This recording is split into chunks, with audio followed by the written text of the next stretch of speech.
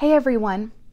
Wouldn't you love to have more mental energy so that you can make better and quicker decisions throughout the entire day? Absolutely. Well, first, we need to think about when is our mental energy at its peak. And you probably already guessed it. It's of course in the morning, but it may not be for the reasons you're thinking of. You may be thinking it's because you're physically exhausted by the end of the day. I mean, I get it. You wake up early. You might have a long commute in traffic to get to work. You're in meetings, you're teaching, you're scrambling all day. You then have that long commute home. You have to shuffle kids to this practice and that practice, making dinner, doing laundry, on and on and on, right? And by the end of the night, you feel physically exhausted. And then you try to tackle some creative project or more work, and you just think, I can't possibly do this. Well, it's not so much about the physical energy as to the reason why you don't have that mental capacity by the nighttime. It actually has to do with decision making. So as your day goes on, the more decisions you are faced with, the more it's pulling from your mental energy. And believe it or not, the second that alarm goes off, you are faced with decisions. For some of you, it's, should I hit the snooze button this morning or should I get up? Bam, decision number one, right off the bat. Then it might be, what do I wear to work today? What do I eat for breakfast? Should I pack lunch? Am I gonna buy lunch?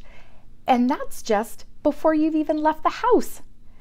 So if you think about all those decisions you have to make, and then you're at work for 8 hours, 9 hours, whatever it may look like, by the time you go to sit down at night and use some creativity, use some more of that mental energy, whether it's to work some more or tackle a fun project at home, it's like you can't even do it. Or you are trying to, but you're struggling. And something that should only take you 30 minutes is now taking you 60, 90 minutes, right? So I'm going to give you some tips, both personal and professional, of how to minimize the decision making so you can maximize that mental energy. So some of the things on the personal side are going to sound super basic, but even the basic things we kind of forget about or we don't put them into practice. So that first one I'm going to talk to you about is the snooze button. I want you to decide at night when you get into bed, what time do you realistically need to wake up in the morning? And I want you to set your alarm for that time, not 10 minutes earlier, 15 minutes earlier, the time you need to wake up. And I want you to make a commitment to yourself that you are going to get up, no questions asked, when that alarm goes off. Get that out of your decision-making process first thing in the morning. So at night, decide what time you need to get up and make a commitment that that's what you're going to do. The second thing at night that I want you to do, and again, this sounds so basic, is I want you to decide what you're going to wear tomorrow. Now, some of you probably have your kids do this. I know we were in a pretty regular habit of having our daughter Reese pick out her outfits every night. The reason was she was taking forever to pick out her outfits in the morning, and then we're rushing around or potentially late. As an adult, it's not so much about taking too much time in the morning, it's that we want to conserve that decision-making process. So think about at nighttime when your decision-making ability is lower, but deciding on an outfit to wear shouldn't require that much mental energy. Get it done at nighttime and save the decision for the next morning on something that's going to be even more important. Now, there's a reason Steve Jobs wore jeans and a black shirt every day.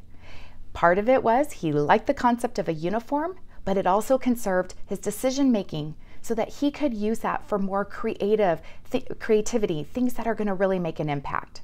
So pick out that outfit the night before. And the third thing I want you to do the night before is, again, super simple, but I want you to decide what you're going to eat for breakfast, what you're going to eat for lunch, and what you're going to eat for dinner. Now, if you follow me, you know that dinner should be planned the week ahead, so that should already be done for you. But I want you to decide, what are you going to be eating the next day and have that prepared. So right off the bat, just by doing those 3 simple decision-making tasks, the next day you've already eliminated that and you can start to use your mental energy on something that's really going to matter. So that's then going to lead us to the professional aspect. So now that you've gotten rid of 3 decisions first thing in the morning, once you get into the office, I want you to tackle that project, that task, whatever it is that is going to require the most decision making and the most creativity. I know, because I was guilty of it too, and still am at times, that we have a habit of checking email, going through our day, planning things out.